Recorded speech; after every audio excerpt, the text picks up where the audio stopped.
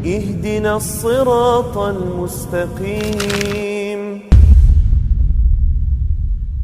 Warahmatullahi wabarakatuh.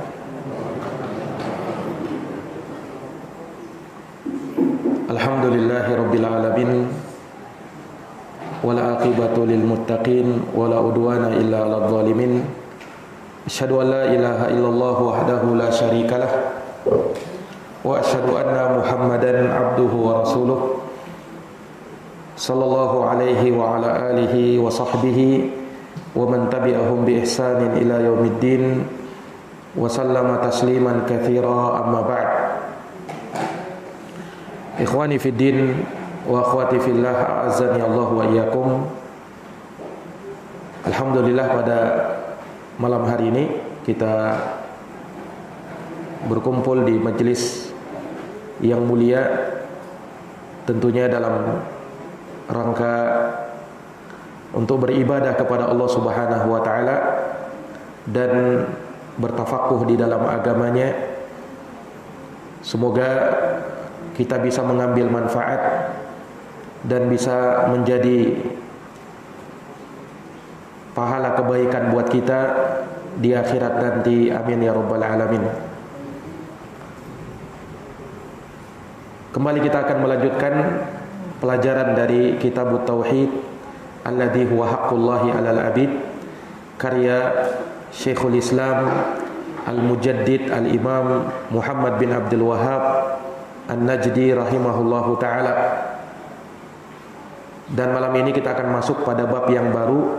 Kata beliau, babun ad-du'a'u ila syahadati an la ilaha illallah. Bab seruan kepada syahadat la ilaha illallah. Bab seruan kepada syahadat la ilaha illallah. Yani maknanya dakwah, ajakan, seruan kepada tauhidullah, untuk mentauhidkan Allah Subhanahu wa taala dan mengikhlaskan ketaatan kepadanya. Dan di dalam bab ini pula akan dijelaskan keutamaan akan hal tersebut dan besarnya pahala yang didapatkan serta banyaknya ganjaran yang akan dia terima di sisi Allah tabaraka wa taala. Nah, tentunya di dalam bab ini diterangkan tentang keutamaan berdakwah di jalan Allah Subhanahu wa taala, terutama dakwah kepada tauhid. Dan ini kalau kita lihat dari urutan bab-bab yang beliau susun, maka kita akan dapati bahwa apa yang beliau sebutkan ini sangat tersusun rapi, dengan sangat bagus dan indah. Ya, kalau kita perhatikan di bab sebelumnya, ya, di mana pada bab-bab sebelumnya beliau menjelaskan tentang keutamaan tauhid dan bahwasanya dengan tauhid dosa-dosa akan terampuni. Ya. Kemudian beliau terangkan pula setelah itu tentang bagaimana realisasi dan perwujudan terhadap kalimat tauhid la ilaha illallah, yang dengannya dia akan masuk surga tanpa hisab dan tanpa azab. Nah, kemudian setelahnya beliau menjelaskan lawan dari tauhid, yaitu syirik serta rasa takut, khawatir akan jatuh kepada kesyirikan kepada Allah. Nah, setelah itu beliau menyebutkan bab ini, bab seruan kepada tauhid syahadat la ilaha illallah. Nah, yakni setelah penjelasan bahwasanya seseorang wajib bertauhid terhadap dirinya sendiri. Setelah dia mengamalkannya, maka tidak cukup tauhid itu hanya untuk dirinya sendiri. Dia harus mendakwahkannya. Dia harus mengajak orang lain kepadanya, kepada tauhid. Dan ini dalam rangka menyempurnakan tauhid itu terhadap dirinya, di mana tidak akan sempurna iman seseorang sampai dia pun menginginkan agar kebaikan yang ada pada dirinya pun ada pada orang lain. Sebagaimana sabda Rasulullah sallallahu alaihi wasallam, la yu'minu ahadukum hatta yuhibba li akhihi ma yuhibbu li nafsihi. Tidak akan sempurna iman seseorang sampai dia cinta kepada saudaranya seperti dia cinta kepada dirinya sendiri. yakni sebagaimana kita cinta tatkala kita mengenal tauhid, tatkala kita mengamalkan tauhid dan kita tahu tauhid tersebut, maka kita tidak akan sempurna tauhid dan iman kita sampai kita pun cinta agar orang lain juga beriman dan bertauhid seperti kita beriman dan bertauhid. Maka di sini ada kewajiban dakwah ilallah, berdakwah di jalan Allah Subhanahu wa taala. Dan Allah menjanjikan keberuntungan bagi mereka yang berdakwah. Allah berfirman, wal takum minkum ummatun yad'una ilal khair wa ya'muruna bil ma'ruf wa yanhauna 'anil munkar wa ulaika humul muflihun. Hendaknya ada, kata Allah, di antara kalian segolongan umat yad'una ilal khair, yang mereka mengajak kepada kebaikan, berdakwah, mengajak manusia kepada kebaikan, wa ya'muruna bil ma'rufi wa yanhauna 'anil munkar, dan melakukan amar ma'ruf nahi munkar. Wa ulaika humul muflihun, maka mereka itulah orang-orang yang beruntung. Mereka itulah orang-orang yang beruntung. Dan umat ini menjadi umat yang terbaik tatkala mereka menegakkan dakwah ilallah. Wal takum minkum ummatun yad'una ilal khair. Hendaknya ada, wal takum minkum, hendaknya ada di antara kalian segolongan umat yang menyeru kepada kebaikan. Ini sebagai wujud umat terbaik tatkala mereka menyeru kepada kebaikan. Kuntum khaira ummatin ukhrijat linnas. Kalian adalah sebaik-baik manusia yang dikeluarkan untuk manusia. Kalian adalah sebaik-baik umat yang dikeluarkan untuk manusia. Ta'muruna bil ma'ruf, kalian memerintahkan kepada yang ma'ruf, wa tanhauna 'anil munkar, dan melarang dari kemungkaran, wa tu'minuna billah, dan kalian beriman kepada Allah Subhanahu wa taala. Kalian beriman kepada Allah Subhanahu wa taala. Maka ini jamaah sekalian yang dirahmati dan dimuliakan oleh Allah. Nah, dan juga kalau kita lihat dari susunan bab yang beliau bawakan, ya, maka di dalamnya terdapat tanbih, peringatan dari beliau rahimahullahu taala akan suatu kaidah bahwasanya ilmu itu lebih didahulukan sebelum berdakwah. Berilmu dulu sebelum berdakwah. Jangan berdakwah dulu baru nyari ilmu. Itu menyelisihi jalannya para salafun salih. Ya. Maka kewajiban seseorang sebelum berdakwah dia berilmu, menuntut ilmu, mempelajari agama. Ya, kemudian setelahnya baru beramal, dan jenjang selanjutnya baru berdakwah di jalan Allah, mengajak orang lain kepada ilmu yang dia pelajari, yang dia ketahui. Nah, inilah apa yang diungkapkan oleh para ulama sebagaimana dikatakan oleh Imam Al-Hasan Al-Basri rahimahullah, man abadallaha bighairi ilmin kana yufsidu aktsara mimma yuslih.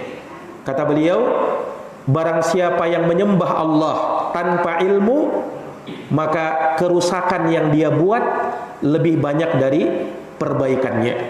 Demikian pula kata para ulama, wa man da'a ilallah bighairi ilmin kana ma yufsidu aktsaru mimma yuslih. Barang siapa yang berdakwah di jalan Allah tanpa ilmu, maka kerusakan yang dia buat lebih banyak daripada perbaikannya. Bukan tidak ada perbaikannya, mungkin ada perbaikannya, tetapi kerusakan yang dia buat lebih banyak lagi. Nah, ini kalau seseorang berani berdakwah tanpa ilmu. Ya, makanya tidaklah tersebar yang namanya kesesatan, kebid'ahan, hawa nafsu, bahkan sampai khurafat, kesyirikan dan kebatilan, melainkan karena adanya dai-dai yang menyeru kepada agama Allah tanpa ilmu. Ya, karena yang namanya dai itu dijadikan panutan, dijadikan contoh, figur dan tauladan. Tatkala dia menyeru kepada agama Allah tanpa ilmu dan ternyata salah apa yang dia dakwahkan itu, maka orang pun mengikutinya dalam kebatilan. Maka naudzubillah, dia ikut menanggung dosa dan dosa orang-orang yang mengikutinya. Dosa orang-orang yang mengikutinya, wal iyadu billah. Nah, makanya ikhwani fiddin, kalau kita perhatikan surat yang sangat mulia di dalam Al-Quran, yang kata Imam Syafi'i, law ma anzalallah suratan, law ma anzalallahu hujjatan ala khalqihi illa hadhihi surah lakafathum. Andaikan Allah tidak menurunkan hujjah kepada makhluknya kecuali hanya surat ini saja, niscaya sudah cukup bagi mereka. Yang dimaksud oleh Imam Syafi'i adalah suratul Asr. Innal insana lafi khusr. Sesungguhnya manusia berada dalam kerugian, illa kecuali yang bersifat dengan 4 sifat: ilmu, amal, dakwah dan sabar. Alladzina amanu, orang-orang yang beriman, wa amilus solihat, beramal dengan amalan soleh, wa tawasau bil haq, ya, saling nasihat menasihati untuk menetapi kebenaran, ini dakwah, wa tawasau bis sabar, dan saling nasihat menasihati untuk menetapi kesabaran. Nah, ini yang namanya sabar. Nah, maka para jamaah sekalian yang dirahmati dan dimuliakan oleh Allah Subhanahu wa taala, tentu dakwah di jalan Allah Subhanahu wa taala punya banyak keutamaan.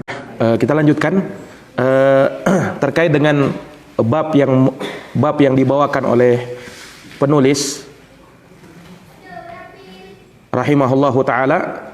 Maka kita dapati di dalamnya keutamaan dakwah di jalan Allah Subhanahu wa taala, terutama dakwah kepada at-tauhid, terutama dakwah kepada tauhid, menerangkan tentang keislaman dan syahadat alla ilaha illallah Muhammadar Rasulullah, dan bahwasanya dakwah di jalan Allah itu ternyata bukanlah hanya tugas orang-orang tertentu saja. Nah, namun dia tugas dari semua dari kita, tentu sesuai dengan kesanggupannya, sesuai dengan ilmu yang didapatkannya. Makanya Rasulullah bersabda, ballighu anni walau ayah. Sampaikanlah dariku walau hanya 1 ayat.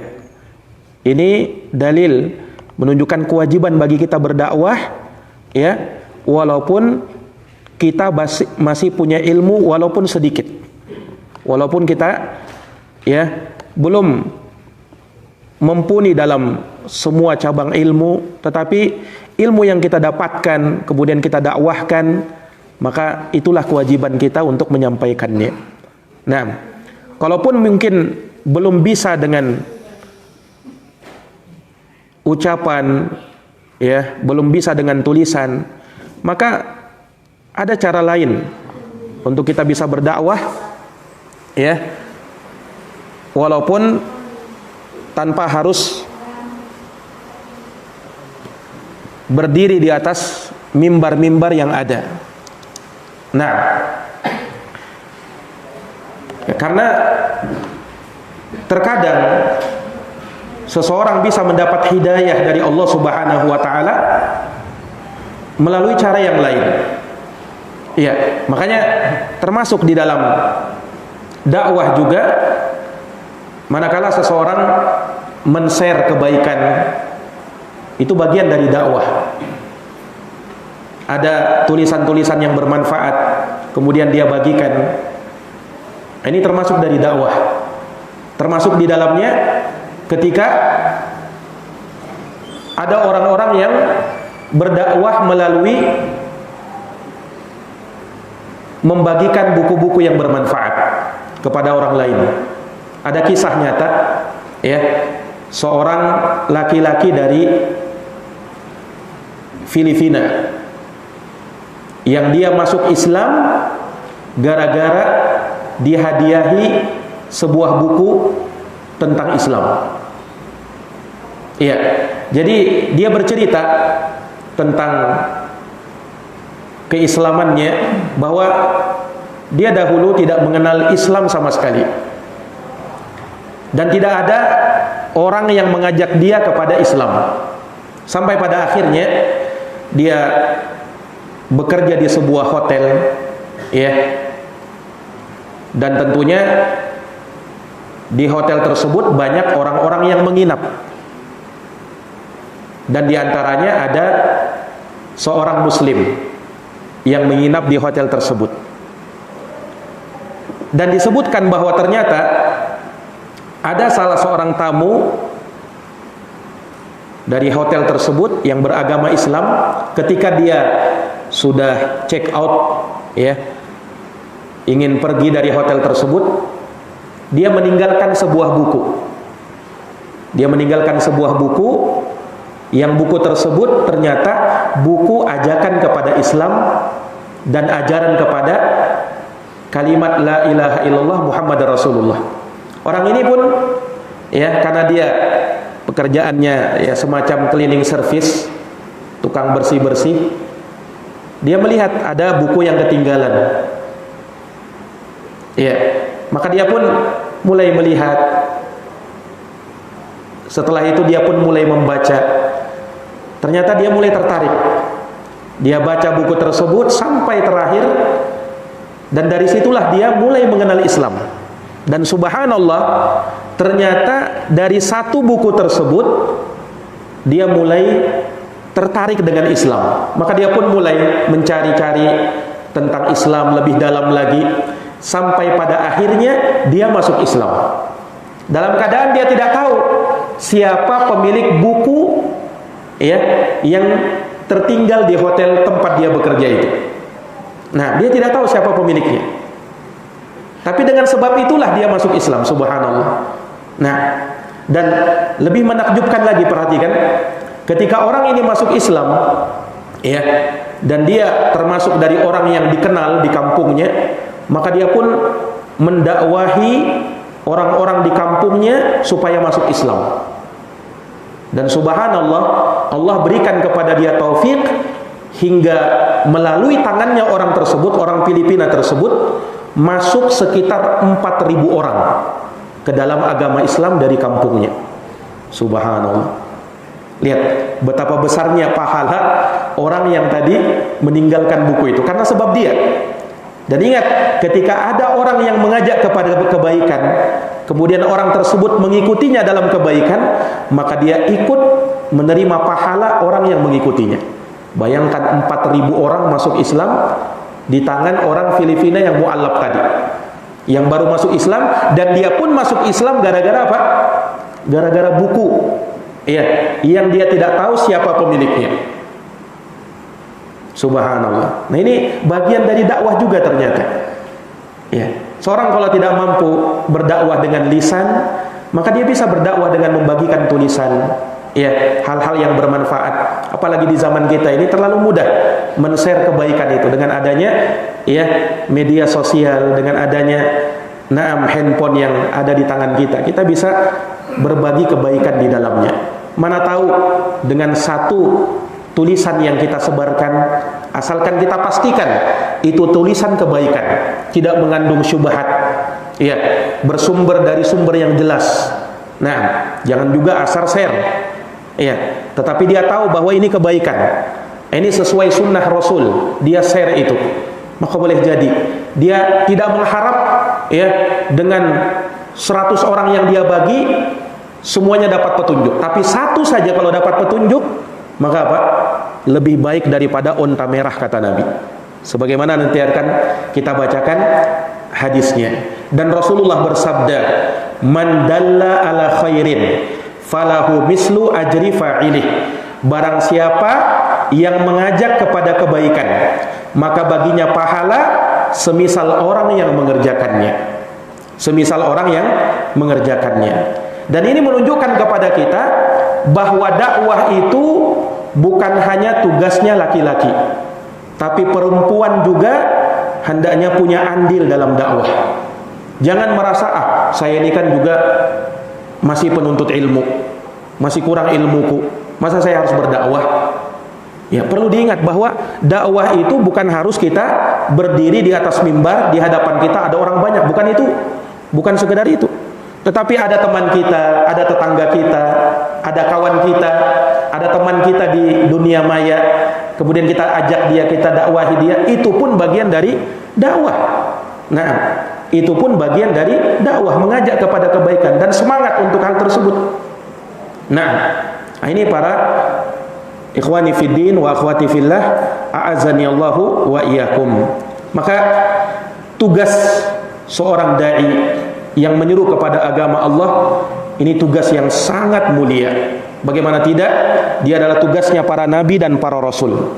Lihat Nabi kita Muhammad sallallahu alaihi wasallam ketika diangkat menjadi rasul, maka yang Allah Subhanahu wa taala perintahkan kepada beliau adalah perintah untuk berdakwah. Allah berfirman kepada nabinya, "Ya ayyuhal muddatsir," wahai yang berselimut. Ini Nabi kita Muhammad sallallahu alaihi wasallam. Ketika beliau mendengarkan wahyu pertama kalinya, beliau pun ketakutan. Iya, hingga panas dingin tubuhnya Nabi kita Muhammad sallallahu alaihi wasallam. Pulang ke rumahnya Khadijah istri beliau, beliau minta diselimuti. Maka Allah panggil, "Ya ayyuhal muddatsir," wahai yang berselimut. Maksudnya Nabi kita sallallahu alaihi wasallam, "Qum," bangunlah, bangkitlah, "fa'andir," dan beri peringatan. Ini perintah kepada Nabi untuk berdakwah. Iya. Jadi dakwah ini ternyata merupakan pekerjaan yang sangat mulia karena dia adalah tugas makhluk yang termulia, Rasulullah Muhammad sallallahu alaihi wasallam. Nah, makanya tidak ada pekerjaan yang paling utama di dunia ini melebihi dakwah di jalan Allah. Wa man ahsanu qawlan mimman da'a ila Allah wa 'amila salihah. Siapakah yang lebih baik, kata Allah? Maksudnya tidak ada yang lebih baik kecuali orang-orang yang mereka mengajak kepada agama Allah, berdakwah di jalan Allah, kemudian mereka beramal dengan amalan soleh. Wa qala innani minal muslimin, kemudian berkata bahwa kami termasuk dari orang-orang yang berserah diri kepada Allah. Maka tidakkah kita ingin untuk mengambil andil di dalam hal tersebut, yaitu apa? Dakwah di jalan Allah. Sekali lagi, setiap orang sesuai dengan kemampuannya. Jangan mau melampaui apa yang di luar kemampuannya. Itu salah. Iya. Orang berdakwah itu memang bukan syarat dia harus menjadi ustadz dulu, bukan. Tetapi seorang penuntut ilmu pun dia berdakwah sesuai dengan kemampuannya. Tapi bukan maknanya ya dia baru belajar kemudian dia berdakwah, membuat daurah di mana-mana, ya, membuat pengajian di mana-mana. Nah, ini belum tarafnya dakwah dalam taraf itu. tetapi dia mengajak keluarganya terlebih dahulu, ya, mengajak tetangganya, teman-temannya, orang yang terdekat. Ku anfusakum wa ahlikum nara. Mulai dari dirimu, kemudian keluargamu. Jaga dia dari api neraka. Nah, ini para jamaah yang dirahmati dan dimuliakan oleh Allah Subhanahu wa taala. Dan jangan dikira seorang suami misalnya, ketika dia mengajak anak dan istrinya dalam kebaikan, itu pun dakwah. Dan dia sudah menjadi dai dalam hal tersebut, walaupun dalam lingkup yang sangat kecil, baru untuk istri dan anaknya. Itu pun dakwah, dan dia akan mendapatkan pahala dengan dakwahnya tersebut. Jadi dakwah itu sangat luas. Jangan hanya dipahami dalam lingkup yang sempit. Hanya tugasnya ustadz saja, hanya tugasnya ulama saja, hanya syekh saja. Tidak. Tetapi tugas setiap muslim sekali lagi sesuai dengan kemampuannya, tidak melampaui batasannya. Jangan dia berdakwah dengan mengira-ngira. Jangan dia berdakwah dengan meraba-raba atau asal ambil dalam keadaan tidak tahu yang dia ambil itu apakah benar ataukah tidak. Jangan seperti itu. Nah, tetapi dakwah ya dengan ilmu yang jelas, dengan basirah. Basirah itu ilmu. Nah, itu syarat di dalam dakwah di jalan Allah Subhanahu wa taala. Nah, ini para jamaah yang dirahmati dan dimuliakan oleh Allah Subhanahu wa taala. Makanya dengan kita ya berdakwah di jalan Allah, maka Allah Subhanahu wa taala akan memberikan keutamaan yang sangat besar, dan Allah akan berikan kepada dia ya ahli waris dari keturunan-keturunan yang akan menjadi penyejuk matanya dia. Ini dari hadiah Allah Subhanahu wa taala kepada seorang dai. Akan diberikan kepada dia seorang anak keturunan ya yang menjadi penyejuk matanya. Kenapa? Karena dia seorang dai. Tentunya sebelum dia berdakwah kepada orang lain, dia akan utamakan keluarganya terlebih dahulu untuk dia dakwahi. Maka dengan dakwahnya dia menjadi sebab keluarganya, anak dan istrinya mendapatkan hidayah Allah Subhanahu wa taala, sehingga dia pun mendapatkan keturunan yang saleh dan salehah. Ini para jamaah yang dirahmati oleh Allah. Nah, terlebih lagi ya, bayangkan setiap kali dia berdakwah, semakin banyak yang mengikutinya, maka semakin besar pula keutamaannya, dan akan terus mengalir pahalanya sampai dia meninggal. Bayangkan.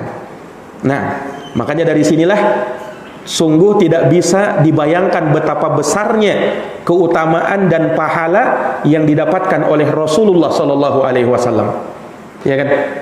Setiap kali yang banyak memeluk agama Islam, maka beliau mendapatkan keutamaan dari situ.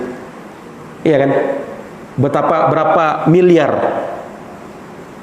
umat Islam dari awal sampai akhir, berapa triliun manusia yang memeluk agama Islam, Rasulullah dapat pahala dengan hal tersebut. Kemudian para sahabat, kemudian para tabi'in, imam-imam kaum muslimin. Lihat, mereka terus mendapatkan apa? Transferan pahala dari orang-orang yang mengikutinya. Rasulullah bersabda, "Man da'a ila huda," siapa yang berdakwah mengajak orang kepada petunjuk, kana lahu minal ajri, maka baginya pahala mislu ujuri man tabi'ah, semisal pahala orang-orang yang mengikutinya. Nah, la yanqusu dzalika min ujurihim syai'a, tanpa mengurangi pahala mereka sedikit pun juga. Wa man da'a ila dolalah, tapi siapa yang mengajak kepada kesesatan, kana alaihi minal itsm, maka baginya dosa mislu athami man tabi'ah, dan dosa orang-orang yang mengikutinya, min ghairi ayyang qusa dzalika min athamihim syai'a, tanpa mengurangi pahala mereka sedikit pun juga. Tanpa mengurangi pahala mereka sedikit pun juga. Dan Rasulullah sallallahu alaihi wasallam bersabda di dalam hadisnya terkait dengan amal jariah itu, ya, Apabila anak cucu Adam meninggal dunia, idza mata ibnu Adam inqata'a anhu sa'iru amalih, terputus seluruh amalnya kecuali 3. Satu di antaranya adalah ilmun yuntafa'u bih, ilmu yang bermanfaat. Ternyata ilmu yang bermanfaat itu amal jariah yang terus mengalir. Ketika dia ajarkan, dia dakwahkan, setiap kali ada orang yang mengamalkannya, dia dapat pahala. Setiap kali orang tersebut mengajak orang lain lagi kepada kebaikan, dia dapatkan pahala dari orang itu dan dari orang yang dia ajak itu. Dan orang yang dia ajak ini mengajak lagi kepada orang lain kepada kebaikan, mendapat petunjuk lagi, maka dia mendapatkan pahala dari orang yang diajak dengan orang yang diajak dari orang yang pertama diajak. Begitu seterusnya sampai akhir. Nah, ini para jamaah yang dirahmati dan dimuliakan oleh Allah Subhanahu wa taala. Maka sungguh betapa mulianya ya seorang yang mengajak kepada agama Allah Subhanahu wa taala, ya, maka dia akan mendapatkan keutamaan seperti itu. Nah, maka hadirin yang dirahmati dan dimuliakan oleh Allah, ya, sekali lagi bab ini menjelaskan kepada kita tentang keutamaan mengajak kepada agama Allah Subhanahu wa taala. Dan hal yang terakhir yang kami ingin ingatkan, bahwa di dalam dakwah mengajak kepada agama Allah Subhanahu wa taala ini tidaklah bisa dilakukan oleh hanya 1 atau 2 orang saja. Ya, yang namanya dakwah butuh at-ta'awun 'alal birri wat taqwa. Butuh untuk kita tolong menolong dalam kebaikan dan ketakwaan. Itu dakwah. Oleh karenanya di dalam dakwah, ya, seseorang tidak akan bisa sukses kalau dia berdiri sendirian. Nah, makanya ikhwani fillah azani Allah wa iyyakum, Nabi saja sallallahu alaihi wasallam, ya, beliau di dalam dakwahnya dibantu oleh para sahabat. Beliau tidak sendirian, tetapi ada sahabat-sahabat beliau yang membantunya, ya kan, yang menyebarkan agamanya. Makanya Nabi SAW utus dai-dai ke negeri Yaman, ya, Nabi utus dai-dai ke Syam dan seterusnya untuk mengajak dan membantu beliau sallallahu alaihi wasallam. Kalau Nabi sallallahu alaihi wasallam saja di dalam dakwahnya beliau tidak tegak seorang diri, tapi ada yang membantunya.